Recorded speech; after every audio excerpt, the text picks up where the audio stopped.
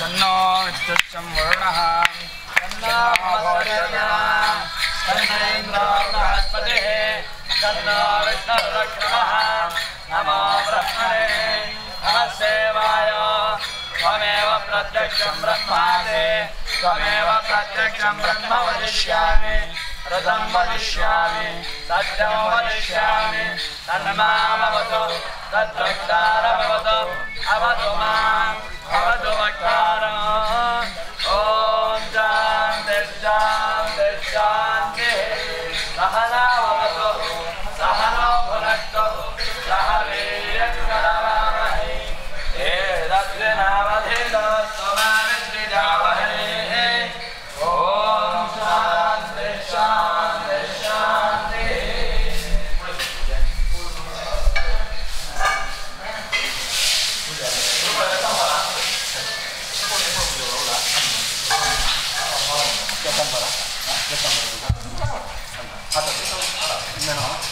ರಾತ್ರಿ ಪೂಜೆ ಅವರ ಈಗ ಜಂಪ್ ಪೂಜೆ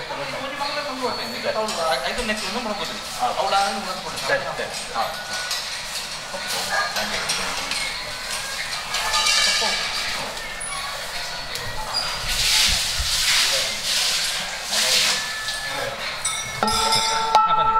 ಹಾಂ ಬನ್ನಿ ಸರ್ ಬನ್ನಿ.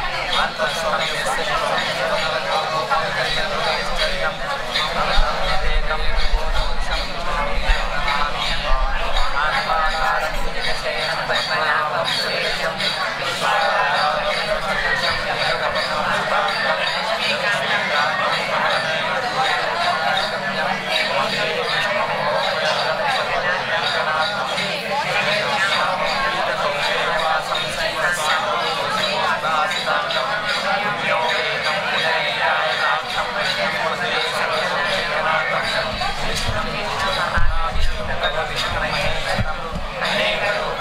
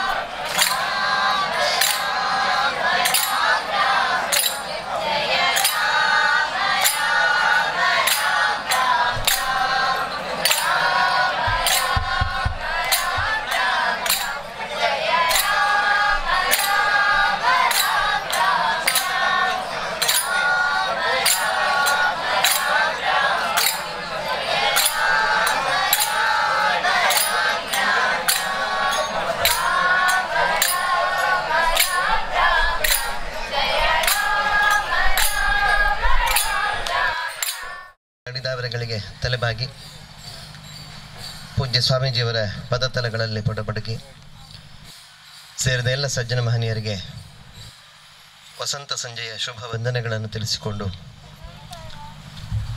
ಪೂಜ್ಯ ಶ್ರೀಪಾದಂಗಳವರು ಈಗಾಗಲೇ ಶ್ರೀರಾಮದೇವರ ರಾತ್ರಿಯ ಪೂಜೆಯನ್ನು ನೆರವೇರಿಸಿದ್ದಾರೆ. ಕೆಲವೇ ಕ್ಷಣಗಳಲ್ಲಿ ವೇದಿಕೆಗೆ ಬರ್ತಾ ಇದ್ದಾರೆ.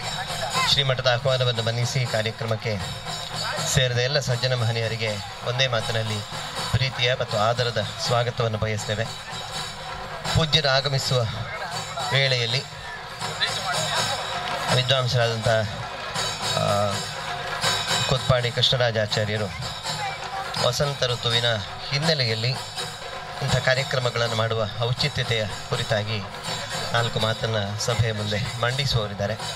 ಅವರನ್ನು ನಾನು ವೇದಿಕೆಗೆ ಬರಮಾಡಿಕೊಳ್ತಾ ಇದ್ದೇನೆ. ದಯವಿಟ್ಟು ಅವರು ಆಗಮಿಸಬೇಕು ಅಂತ ವಿನಂತಿ ಮಾಡಿಕೊಳ್ತೇನೆ. ಕೃಷ್ಣರಾಜ ಕೊತ್ಪಾಡಿಯವರ ಪರಿಚಯ ಅಗತ್ಯ ಇಲ್ಲ ಅಂತ ನಾನು ಭಾವಿಸ್ತೇನೆ. ಇದೇ ಊರಿನವರು ಮತ್ತು ತರುಣ ವಿದ್ವಾಂಸರಾಗಿ ಇವತ್ತು ಪ್ರಗಲ್ಭ ವಾಗ್ಮೀಯವಾಗಿ ಸಮಾಜಕ್ಕೆ ಸನ್ಮಾರ್ಗದ ಪಥದರ್ಶನವನ್ನು ಮಾಡಿಸ್ತಾ ಇದ್ದಾರೆ. ಕೊತ್ಪಾಡಿಯವರು ದಯವಿಟ್ಟು ಮಾತನಾಡಬೇಕು ಅಂತ ವಿನಂತಿಸ್ತೇನೆ.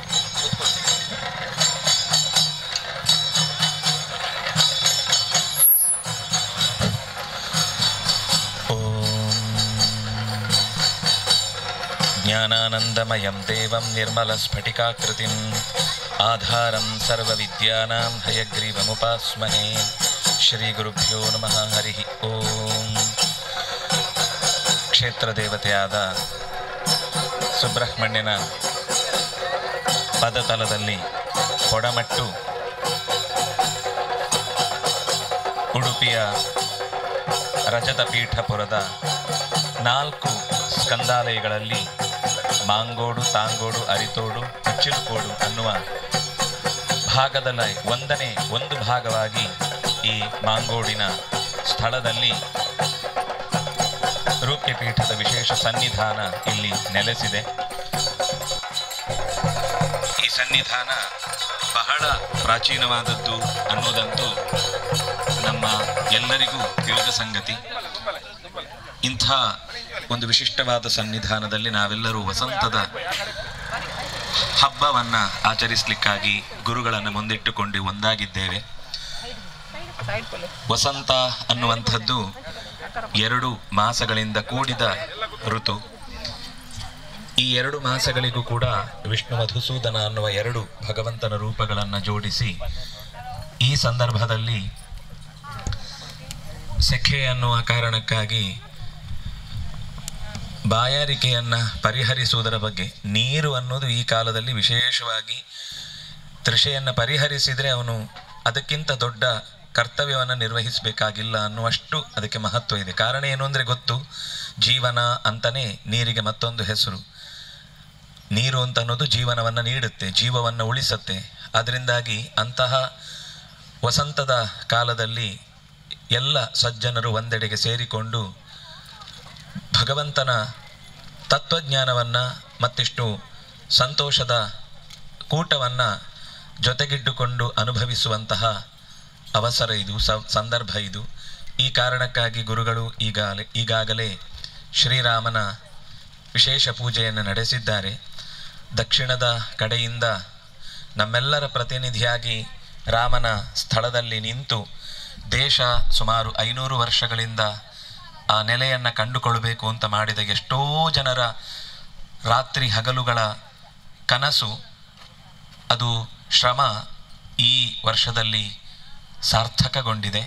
ಅಂತಹ ಒಂದು ಒಳ್ಳೆಯ ಸಂದರ್ಭವನ್ನು ನಾವು ನೆನಪಿಸಿಕೊಳ್ತಾ, ಕೇವಲ ಅದು ಪ್ರತಿಷ್ಠೆ ಆದರೆ ಸಾಲದು, ಅದು ನಮ್ಮಲ್ಲೂ ಕೂಡ ಮತ್ತೆ ಅರಳಬೇಕು ಅನ್ನುವ ದೃಷ್ಟಿಯಿಂದ ಗುರುಗಳು ಹೋದಲ್ಲೆಲ್ಲ ಒಂದು ಮಾತು ಹೇಳೋದುಂಟು, ರಾಮ ಪ್ರತಿಷ್ಠೆ ಆದರೆ ಸಾಕಾಗುವುದಿಲ್ಲ, ರಾಮ ರಾಜ್ಯ ಆಗಬೇಕು ಅಂತ. ಅದರ ಉದ್ದೇಶ, ನಾವು ಎಷ್ಟೋ ಸರ್ತಿ ಒಂದಾಗ್ತೇವೆ, ಆದರೆ ಒಂದಾದರ ಫಲ ಅದು ಸಮಾಜದ ಮೇಲೆ ಪರಿಣಾಮ ಕಾಣುವುದಿಲ್ಲ. ಎಷ್ಟೋ ಸಲ ಕೇವಲ ನಾವು ಪ್ರಸಾದ ಸ್ವೀಕಾರ ಅನ್ನುವ ಒಂದು ಅಂಶವನ್ನು, ಅದು ಬಹಳ ಮಹತ್ವದ್ದು, ಅದಕ್ಕೇನು ಯಾವತ್ತೂ ಚ್ಯುತಿ ಬರಬಾರದು. ಆದರೆ ಅದರ ಜೊತೆಗೆ ನಮ್ಮ ಮನಸ್ಸು ಒಂದಾಗಬೇಕು. ಮನಸ್ಸು ಒಂದಾಗಿ ನಮ್ಮ ಸಮಾಜದಲ್ಲಿ ಬರಬಹುದಾದ ಗುರುಗಳು ವಿಶ್ವೇಶತೀರ್ಥ ಶ್ರೀಪಾದರು ಒಂದು ಮಾತು ಹೇಳ್ತಿದ್ರು, ಸಮಾಜ ಅಂದರೆ ನೀರಿನ ಹಾಗಿರಬೇಕು ಅಂತ. ಮಣ್ಣಿನಲ್ಲಿ ಒಂದು ಹೊಂಡವನ್ನು ತೋಡಿದರೆ ಅದು ತಾನಾಗಿ ಮುಚ್ಚಲಿಕ್ಕೆ ಸುಮಾರು ದಿನಗಳೋ ವರ್ಷಗಳೋ ಬೇಕಾಗಬಹುದು. ಆದರೆ ಒಂದು ಕೆರೆಯಲ್ಲಿ, ಒಂದು ಕೊಡದಲ್ಲಿ ನಾವು ನೀರು ತೆಗೆದರೆ ಅದರ ಸುತ್ತಲಿನ ಪ್ರತಿ ನೀರಿನ ಕಣದಲ್ಲೂ ಅತ್ಯಂತ ಶೀಘ್ರವಾದ ಸಂಚಲನ ಉಂಟಾಗಿ ಹೊಂಡ ಇತ್ತು ಅನ್ನೋದೇ ಮರೆತು ಹೋಗುವಾಗ ಅದನ್ನು ಮುಚ್ಚಿಬಿಡುತ್ತೆ. ಸಮಾಜವು ಕೂಡ ನೀರಿನಂತೆ ತಮ್ಮ ಸುತ್ತಲಿನ ಪರಿಸರದಲ್ಲಿ ಯಾರಿಗೆ ಏನೇ ಸಣ್ಣ ಪುಟ್ಟ ಅಡಚಣೆ ಉಂಟಾದರೂ ಕೂಡ ಅದನ್ನು ತಕ್ಷಣ ಪರಿಹರಿಸುವುದಕ್ಕೆ ನಾವು ಸ್ಪಂದಿಸಿದರೆ ಅದು ನಿಜವಾದ ಸಮಾಜ, ಸಾರ್ಥಕವಾದ ಸಮಾಜ ಅಂತ. ಈ ದೃಷ್ಟಿಯಲ್ಲಿ ಗುರುಗಳು ಅದಕ್ಕೋಸ್ಕರನೇ ರಾಮನ ರಾಜ್ಯದಲ್ಲಿ ಸೂರಿಲ್ಲದವರು ಅನ್ನುವ ಮಾತು ಬರಬಾರದು ಅನ್ನುವ ಅಂಶವನ್ನು ತಮ್ಮ 60 ವರ್ಷದ ವಿಶೇಷ, ಸಾಮಾನ್ಯವಾಗಿ ಶಾಂತಿ ಕರ್ಮಗಳನ್ನು ಮಾಡಿಕೊಳ್ಳುವುದು ಒಂದು ಕ್ರಮ ಇದ್ದೇ ಇದೆ. ಆದರೆ ಗುರುಗಳು ಅದಕ್ಕಿಂತ ಹೆಚ್ಚಿನದ್ದನ್ನು ಸಮಾಜದಲ್ಲಿ ರಾಮ ಹೇಗೆ ತನ್ನ ಜೀವನವನ್ನು ನಡೆಸಿದ ಅಂಥ ರೀತಿಯಲ್ಲೇ ನಮ್ಮ ಪ್ರತಿಯೊಬ್ಬರ ಬದುಕು ಕೂಡ ಆದರ್ಶವಾಗಿರಬೇಕು ಅನ್ನುವುದಕ್ಕೋಸ್ಕರ ಈಗಾಗಲೇ ಹಲವು ಅಂದರೆ ಸೂರಿಲ್ಲದವರಿಗೆ ಸೂರು ಸಿಕ್ಕಿ ನೆಮ್ಮದಿಯ ಬಾಳನ್ನು, ಆಶ್ರಯವನ್ನು ಪಡೆಯುವಂತಾಗಿದೆ. ಅದು ಪ್ರತಿಯೊಬ್ಬರ ಕರ್ತವ್ಯ ಆಗಬೇಕು. ನಮ್ಮಲ್ಲಿ ಎಲ್ಲವೂ ಮಾಡಲಿಕ್ಕಾಗದೇ ಇದ್ದರೆ ನಮ್ಮಲ್ಲಿ ಎಷ್ಟು ಮಾಡಲಿಕ್ಕಾಗುತ್ತೆ?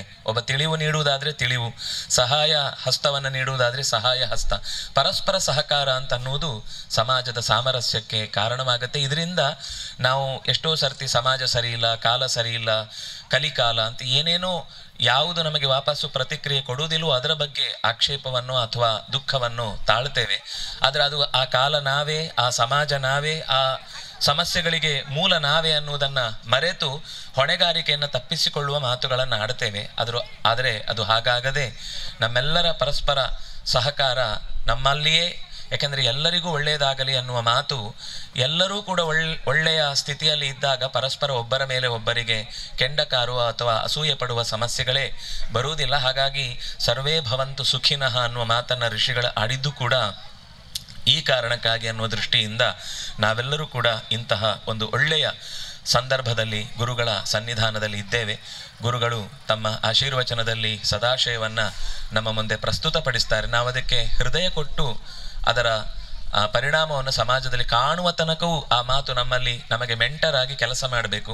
ಹಾಗೂ ಒಂದು ಮನಸ್ಸನ್ನು ದೃಢಗೊಳಿಸಿ ಅರಳಿಸಿ ಗುರುಗಳ ಮಾತಿಗೆ ನಾವು ಕಿವಿಯಾಗೋಣ ಅಂತ ಹೇಳಿ, ಇದೇ ಊರಿನವನಾಗಿ ನನಗೆ ಈ ಜಾಗ ಎಲ್ಲ ಇಲ್ಲೇ, ನನ್ನ ಕುತ್ಪಾಡಿ ಶಾಲೆ ಇಲ್ಲೇ, ಷಷ್ಠಿಯ ಸಮಯದಲ್ಲಿ ಎಲ್ಲೆಲ್ಲೋ ಓಡಾಡಿಕೊಂಡು ಸವಿ ನೆನಪುಗಳನ್ನು ಇಟ್ಟುಕೊಂಡ ಜಾಗ, ಈ ಜಾಗದಲ್ಲಿ ಒಂದೆರಡು ನನ್ನ ಆಶಯವನ್ನು ನಿಮ್ಮ ಮುಂದೆ ಪ್ರಸ್ತುತಪಡಿಸಲಿಕ್ಕೆ ಅವಕಾಶ ನೀಡಿದ್ದಕ್ಕಾಗಿ ವ್ಯವಸ್ಥಾಪಕರಿಗೆ, ಗುರುಗಳಿಗೆ ವಿಶೇಷವಾದ ಕೃತಜ್ಞತೆಯನ್ನು ಅರ್ಪಿಸ್ತಾ ಗುರುಗಳು ತಮ್ಮ ಸದಾಶಯವನ್ನು ನೀಡಬೇಕು ಅಂತ ಕೇಳಿಕೊಳ್ತೇನೆ.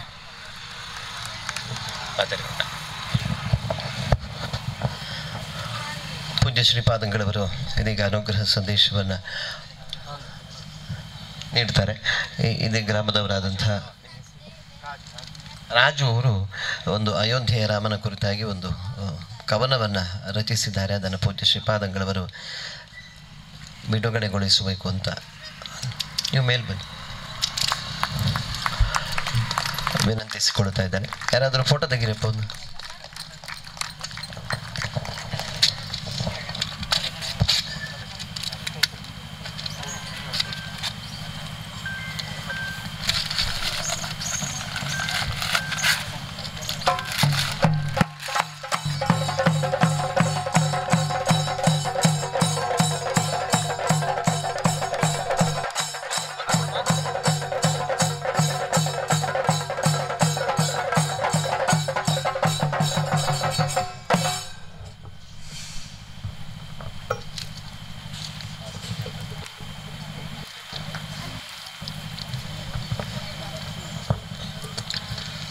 ಶ್ರೀರಾಮ ಜಯ ರಾಮ ಜಯ ಜಯ ರಾಮ, ಶೃಂಗಾರಮಯವಾಯಿತು ರಾಮ ರಾಮ ನಾಮದ ಭರತ ಭೂಮಿ, ಶೃಂಗಾರಮಯವಾಯಿತು ರಾಮ ರಾಮ ನಾಮದ ಭರತ ಭೂಮಿ, ಪಾವನವಾಯಿತು ಭಕ್ತರ ರಾಮನಾಮದ ಹರ್ಷೋದ್ಗಾರ ತುಂಬಿದ ಭರತ ಭೂಮಿ, ಪಾವನವಾಯಿತು ಭಕ್ತರ ರಾಮನಾಮದ ಹರ್ಷೋದ್ಗಾರ ತುಂಬಿದ ಭರತ ಭೂಮಿ, ಯುಗ ಯುಗ ಕಳೆದರೂ ಹಸಿರಾಗಿ ಉಸಿರಾದ ರಾಮನಾಮದ ಭರತ ಭೂಮಿ, ಯುಗ ಯುಗ ಕಳೆದರೂ ಹಸಿರಾಗಿ ಉಸಿರಾದ ರಾಮನಾಮದ ಭರತ ಭೂಮಿ, ಭೂಭಾರ ಕಳೆಯಲು ಇಳೆಗೆ ಅವತರಿಸಿದ ಶ್ರೀರಾಮನ ಭರತ ಭೂಮಿ, ಭೂಭಾರ ಕಳೆಯಲು ಇಳಿಗೆ ಅವತರಿಸಿದ ಶ್ರೀರಾಮನ ಭರತ ಭೂಮಿ, ತ್ರೇತಾಯುಗದಿ ಹುಟ್ಟಿ ದುಷ್ಟರ ನಿಗ್ರಹಿಸಿ ಸುಜನರ ರಕ್ಷಿಸಿದ ಭರತ ಭೂಮಿ, ತ್ರೇತಾಯುಗದಿ ಹುಟ್ಟಿ ದುಷ್ಟರ ನಿಗ್ರಹಿಸಿ ಸುಜನರ ರಕ್ಷಿಸಿದ ಭರತ ಭೂಮಿ, ಅಯೋಧ್ಯೆ ಶ್ರೀರಾಮ ಜನ್ಮಭೂಮಿ ಕಾರುಣ್ಯ ನಿಧಿ ನಡೆದಾಡಿದ ಭರತ ಭೂಮಿ, ಅಯೋಧ್ಯೆ ಶ್ರೀರಾಮನ ಜನ್ಮಭೂಮಿ ಕಾರುಣ್ಯ ನಿಧಿ ನಡೆದಾಡಿದ ಭರತ ಭೂಮಿ, ಅರೆಗಳಿಗೆ ಬಿಟ್ಟಿರದೆ ರಾಮನಾಮ ಜಪಿಸುವ ಮಾರುತಿಯ ಭಕ್ತಿಯ ಭರತ ಭೂಮಿ,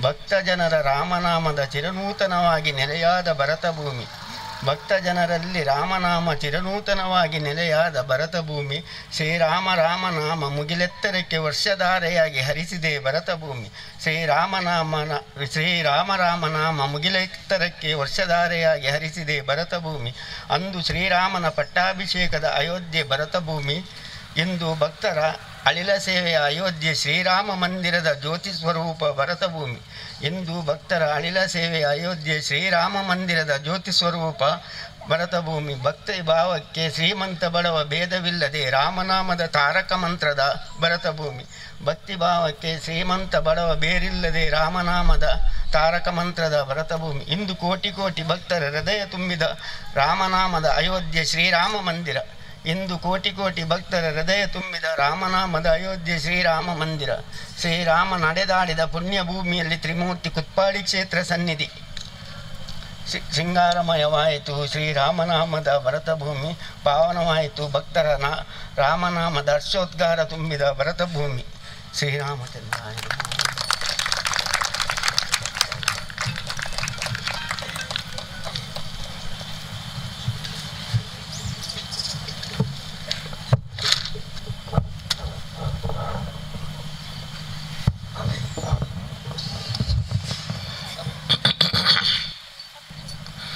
ಕೃಷ್ಣಂ ವಂದೇ ಮಂಥಪಾಶಧರಂ ದಿವ್ಯಾರ್ಭಕಾಕೃತಿಂ ಶಿಖಾಬಂಧತ್ರಯೋಪೇತಂ ಭೈಷ್ಮೀಮಧ್ವಕರಾರ್ಚಿತಂ ಆಪದಾಮಪಹರ್ತಾರಂ ದಾತಾರಂ ಸರ್ವಸಂಪದಾಂ ಲೋಕಾಭಿರಾಮಂ ಶ್ರೀರಾಮಂ ಭೂಯೋ ಭೂಯೋ ನಮಾಮ್ಯಹಂ.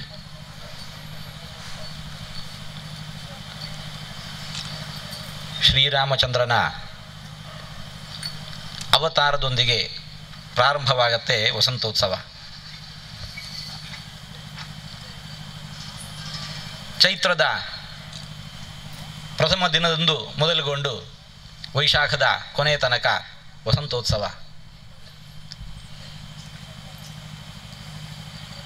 ಶ್ರೀರಾಮಚಂದ್ರನ ನಾಡಿನಲ್ಲಿ ಅಯೋಧ್ಯೆಯಲ್ಲಿ ಶ್ರೀರಾಮಚಂದ್ರನ ಭವ್ಯವಾಗಿರುವಂತಹ ನೂತನ ಮಂದಿರದಲ್ಲಿ ಶ್ರೀರಾಮಚಂದ್ರನ ನೂತನ ಬಿಂಬದ ಪ್ರತಿಷ್ಠೆಯೊಂದಿಗೆ ವಸಂತೋತ್ಸವ ಪ್ರಾರಂಭ ಆಗಿದೆ.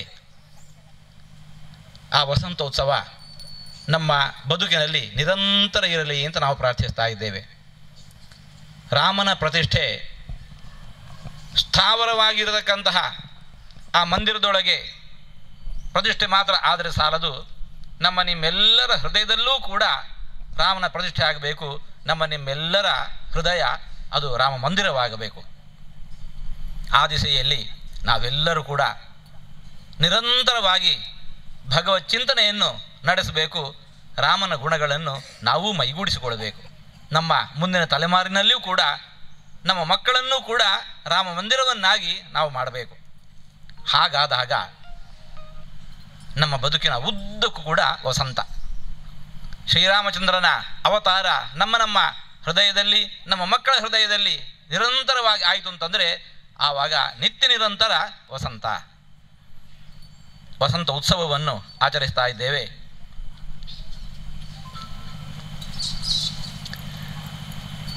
ಪುರಂದರದಾಸರು ಒಂದು ಮಾತನ್ನಂತ ಇದ್ದಾರೆ. ಕೆರೆಯ ನೀರನ್ನು ಕೆರೆಗೆ ಚೆಲ್ಲಿ ವರವ ಪಡೆದವರಂತೆ ಕಾಣಿರೋ, ಹರಿಯ ಕರುಣದೊಳಾದ ಭಾಗ್ಯವ ಹರಿಸಮರ್ಪಣೆ ಮಾಡಿ ಬದುಕಿರೋ. ಬರುವಾಗ ನಾವೆಲ್ಲ ಬರಿಗೈಯಲ್ಲಿ ಬಂದವರು, ಬಂದ ಮೇಲೆ ಇಲ್ಲಿದ್ದ ಎಲ್ಲವನ್ನೂ ಅನುಭವಿಸ್ತಾ ಇದ್ದೇವೆ. ನಾವು ಯಾವುದನ್ನೂ ಸೃಷ್ಟಿಸಿದವರಲ್ಲ, ಇದ್ದದ್ದನ್ನೆಲ್ಲ ಅನುಭವಿಸ್ತಾ ಇರ್ತೇವೆ. ಯಾರು ಕೊಟ್ಟರು? ನಮ್ಮ ಪ್ರಾಚೀನ ಋಷಿಗಳು ಅಂದರೆ ಜ್ಞಾನಿಗಳು ಅಂತ ಅರ್ಥ. ಋಷಜ್ಞಾನೇ ಅವರಂದರು ಈಶಾವಾಸ್ಯಂ ಇದಂ ಸರ್ವಂ. ಇದೆಲ್ಲವೂ ಕೂಡ ಭಗವಂತನ ಒಡೆತನಕ್ಕೆ ಸೇರಿರುವಂತಹದ್ದು.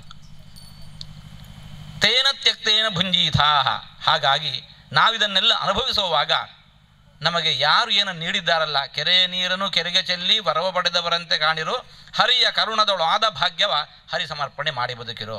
ಭಗವಂತ ನಮಗೆಲ್ಲವನ್ನು ಕೊಟ್ಟಿದ್ದಾನೆ, ಅದನ್ನು ಭಗವಂತನಿಗೆ ಸಮರ್ಪಿಸಿ ನಾವು ಸ್ವೀಕರಿಸುವ ಉತ್ಸವವೇ ಅದು ಈ ವಸಂತೋತ್ಸವ. ವರ್ಷದ ಪ್ರಾರಂಭದಲ್ಲಿಯೇ ವಸಂತೋತ್ಸವ ಆಚರಿಸ್ತಾ ಇದ್ದೇವೆ. ಎಲ್ಲೆಡೆ ಪ್ರಕೃತಿಯಲ್ಲಿ ಸುಂದರವಾಗಿರತಕ್ಕಂಥ ಹೂವು ಹಣ್ಣು ಎಲ್ಲ ಏನು ದೊರಕ್ತಾ ಇದೆ, ನಾವು ಅದನ್ನು ಸ್ವೀಕರಿಸಬೇಕಾದ್ರೆ ಮೊದಲು ಭಗವಂತನಿಗೆ ನೀಡಿ ಭಗವಂತನಿಗೆ ಸಮರ್ಪಿಸಿ ನಾವು ಅದನ್ನು ಸ್ವೀಕರಿಸೋದು. ಸಮರ್ಪಿಸೋದು ಅಂತಂದರೆ ಏನು? ಭಗವಂತ ಇದು ನೀನು ನೀಡಿರುವಂತಹದ್ದು, ನಿನ್ನ ಅನುಗ್ರಹದಿಂದ ನಾನು ಇದನ್ನು ಅನುಭವಿಸ್ತಾ ಇದ್ದೇನೆ ಅನ್ನುವ ಆ ಕೃತಜ್ಞತಾ ಸಮರ್ಪಣೆಯೇ ನಿಜವಾದ ಸಮರ್ಪಣೆ. ನಾನೇನೋ ದೇವರಿಗೆ ಕೊಟ್ಟೆ, ನಾ ಕೊಟ್ಟಿಲ್ಲ ಅಂದರೆ ದೇವರು ಉಪವಾಸ ಇರಬೇಕಾಗಿತ್ತು ಅನ್ನೋ ಭಾವ ಬಂತು ಅಂತಂದರೆ ನಾವು ಮಾಡಿದ ಪೂಜೆಯಲ್ಲ, ನಾವು ಮಾಡಿದ ಸಮರ್ಪಣೆಯಲ್ಲ, ನಾವು ಮಾಡಿದ ನೈವೇದ್ಯ ಅಲ್ಲ. ಈ ನಿವೇದನೆಯೇ ನೈವೇದ್ಯ. ಅಂತಹ ವಸಂತೋತ್ಸವವನ್ನು ನಾವೆಲ್ಲ ಇವತ್ತು ಪ್ರಕೃತಿಯಲ್ಲಿ ನಮಗೇನು ಪುಷ್ಪ ಫಲ ಇವೆಲ್ಲ ದೊರಕಿದೆ ಅದನ್ನು ಭಗವಂತನಿಗೆ ನಿವೇದಿಸಿ ಆ ಬಳಿಕ ಎಲ್ಲ ಭಕ್ತರೊಂದಾಗಿ ನಾವು ಅದನ್ನು ಸ್ವೀಕರಿಸುವಂತಹ ಪ್ರಸಾದವನ್ನು ಸ್ವೀಕರಿಸುವ ಉತ್ಸವವೇ ವಸಂತೋತ್ಸವ. ಈ ಬಾರಿಯ ವಸಂತೋತ್ಸವವನ್ನು ನಾವು ಮಾಂಗೋಡು ದೇವಸ್ಥಾನದಲ್ಲಿ ಆಚರಿಸ್ತಾ ಇದ್ದೇವೆ. ಈ ಮಾಂಗೋಡು ದೇವಾಲಯ ಈಗ ತಾನೇ ಆಚಾರ್ಯರು ತಿಳಿಸಿದಂತೆ ಉಡುಪಿಯ ಅನಂತೇಶ್ವರನ ಮೂಲ ದೇವರ ಸನ್ನಿಧಾನಕ್ಕೆ ಸಂಬಂಧಪಟ್ಟಿರತಕ್ಕಂತಹ ದೇಗುಲಗಳಲ್ಲಿ 4 ನಾಗಾಲಯಗಳಲ್ಲಿ ಸುಬ್ರಹ್ಮಣ್ಯ ಆಲಯಗಳಲ್ಲಿ ಇದು ಒಂದಾಗಿದೆ. ಆ ದೇವಾಲಯದ ಜೀರ್ಣೋದ್ಧಾರ ಪ್ರಕ್ರಿಯೆಗಳು ಇನ್ನು ಮುಂದೆ ನಡೀಬೇಕಾಗಿದೆ.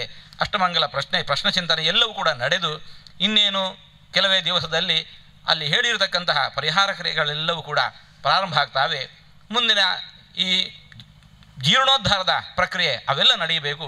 ಈ ಕಾರ್ಯದಲ್ಲಿ ಕೂಡ ನಾಡಿನ ಎಲ್ಲರೂ ಕೂಡ ಕೈ ಜೋಡಿಸಿ ಆ ದೇವರ ಅನುಗ್ರಹಕ್ಕೆ ಪಾತ್ರರಾಗಬೇಕು. ಅಂತಹ ಶುಭ ಮುಹೂರ್ತವನ್ನು ನಾವಿವತ್ತಿಲ್ಲಿ ಪ್ರಕಟಿಸ್ತಾ ಇದ್ದೇವೆ. ವಸಂತೋತ್ಸವ ನಮ್ಮೆಲ್ಲರ ಬದುಕಿನಲ್ಲಿ ನಿತ್ಯ ವಸಂತ ಆಗಲಿ ಅಂತ ಆಶಿಸಿ ಎಲ್ಲರಿಗೂ ಕೂಡ ಈ ಕಾರ್ಯದಲ್ಲಿ ನೆಲೆದಿರತಕ್ಕಂತಹ ನಾಡಿನ ಎಲ್ಲ ಭಗವದ್ಭಕ್ತರಿಗೂ ರಾಮದೇವರ ಕೃಷ್ಣದೇವರ ಶ್ರೀ ಕ್ಷೇತ್ರದ ಸುಬ್ರಹ್ಮಣ್ಯ ಸ್ವಾಮಿಯ ಅನುಗ್ರಹ ಪ್ರಾರ್ಥಿಸ್ತಾ ಮಾತನ್ನು ಮುಕ್ತಾಯಗೊಳಿಸ್ತಾ ಇದ್ದೇವೆ. ಎಲ್ಲರಿಗೂ ಉಳಿತಾಯ.